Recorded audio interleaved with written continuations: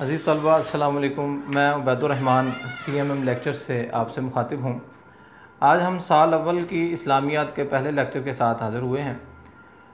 یہ اسلامیات کے لیکچرز آپ کی ٹیکسٹ بک میں کے اکارڈنگ ہوں گے، اور چونکہ ہماری کتاب میں 4 ابواب ہیں، ہر باب کے ترتیب وار جو آرٹیکلز ہیں ان کے مطابق یہ لیکچرز ہوں گے۔ آج ہمارا پہلا جو لیکچر ہے وہ بنیادی عقائد پر ہے۔ اس سے پہلے کہ ہم لیکچر کی تفصیل کی طرف بڑھیں، سب سے پہلے ہم یہ دیکھیں گے کہ کائنات کی مرکزی تخلیق انسان ہے۔ اللہ تعالیٰ نے یہ تمام کائنات انسان کے لیے تخلیق کی ہے۔ انسان اس کائنات کا مرکزی عنصر ہے۔ انسان جسم اور روح کا مرکب ہے۔ یہ جسم اسی مٹی سے بنا ہے اور اسی مٹی میں مٹی ہو جاتا ہے۔ روح آسمان سے آتی ہے اور آسمان پر واپس لوٹائی جاتی ہے۔ اللہ تعالیٰ نے اس جسم کی تمام ضروریات کا سامان اسی زمین، اسی مٹی میں رکھا ہے، اور روح کا سامان، روح کی جو غذا ہے وہ آسمان سے بھیجی۔ ہم جتنی بھی چیزیں استعمال کرتے ہیں اور جس قسم کی بھی خوراک کھاتے ہیں، جو لباس ہم پہنتے ہیں، وہ ساری چیزیں اس زمین سے، اس مٹی کے ریسورسز سے ہم جنریٹ کرتے ہیں۔ روح آسمان سے آتی ہے، آسمان پر واپس جاتی ہے۔ اللہ تعالیٰ نے اس روح کی جو ضروریات ہیں اس کے لیے بھی آسمان سے ہمارے لیے ہدایت بھیجی۔ اس لیے یہ سمجھنا ضروری ہے کہ عقائد، عبادات، معاشرت، یا اس کو مختصر کر لیں تو تمام مذاہب جو آسمانی مذاہب ہیں وہ اللہ تعالیٰ نے انسان کے لیے آسمان سے بھیجے، اور ان مذاہب کی ترویج و اشاعت کے لیے، تبلیغ کے لیے اللہ تعالیٰ نے انبیاء کو بھیجا۔ انسان کی کامیابی انہی تعلیمات پر عمل میں پوشیدہ ہے جو اللہ تعالیٰ نے، جو انسان کا خالق ہے، اس کا مالک ہے، اس کے لیے آسمان سے بھیجی۔ یہاں سب سے پہلے اہم نکات میں عقیدہ کا لغوی معنی، عقیدہ کا اصطلاحی معنی، عقیدے کی مثال، تبلیغ کا آغاز انبیاء نے کیسے کیا، اور اسلام کے بنیادی عقائد۔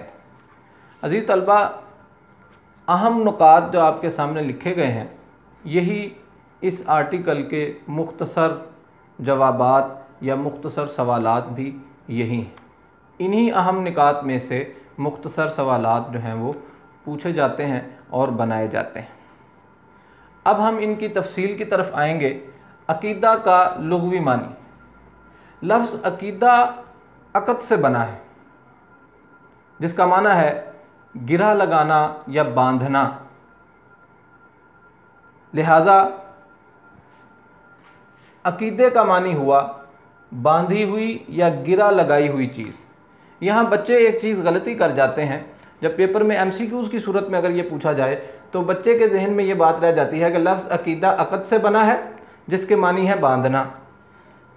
عقیدہ کا معنی باندھنا نہیں ہے، عقد جس سے لفظ عقیدہ نکلا ہے، عقد کا معنی ہے باندھنا۔ عقیدہ کا معنی ہے باندھی ہوئی یا گرہ لگائی ہوئی چیز۔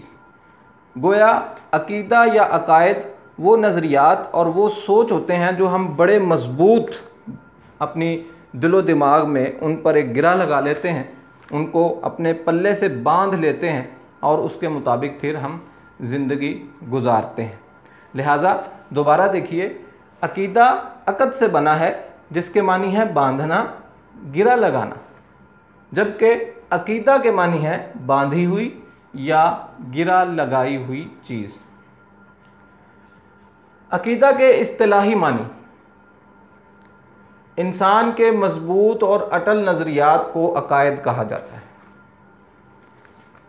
زندگی کے بارے میں جو آپ کی سوچ، جو نظریہ حیات آپ اپنے پاس رکھتے ہیں، آپ ساری زندگی اسی کے مطابق گزارتے ہیں۔ اس لیے اسلام سب سے پہلے عقائد کی اصلاح پر زور ہی اس لیے دیتا ہے کیونکہ کوئی بھی انسان دنیا کا وہ اپنی زندگی اپنے اٹل اور مضبوط نظریات اور عقائد کے اوپر گزارتا ہے۔ اگر وہ عقائد درست ہوں گے تو زندگی درست ہوگی، اگر ان عقائد کی اینٹ ٹیڑھی لگا دی گئی تو اس پر جو عمارت تعمیر ہوگی وہ بھی یقیناً کمزور اور ٹیڑھی ہوگی۔ لہٰذا انسان کے جو مضبوط عقائد اور نظریات ہوتے ہیں جن پر وہ زندگی گزارتا ہے اسے عقیدہ کہا جاتا ہے۔ اس کے تمام اعمال میں ان عقائد کی جھلک دکھائی دیتی ہے۔ انسان کا زندگی کے بارے میں جو تصور ہوتا ہے وہ تصور اس کی تمام تر معاملات میں، اس کی معاشرت میں، اس کے مذہب میں، اس کے مذہبی اعمال میں، عبادات میں، ہر چیز میں وہ جھلکتا ہے۔ یہ عقائد اعمال کے محرکات ہوتے ہیں۔ گویا کسی شخص کے عقائد اگر درست ہیں اور مضبوط ہیں، وہ انہی عقائد کے بنیاد پر جو اعمال کرے گا وہ اسی کی طرح مضبوط اور مستحکم ہوں گے۔ آگے دیکھیے، عقیدے کی مثال ایک بیج کی مانند ہے۔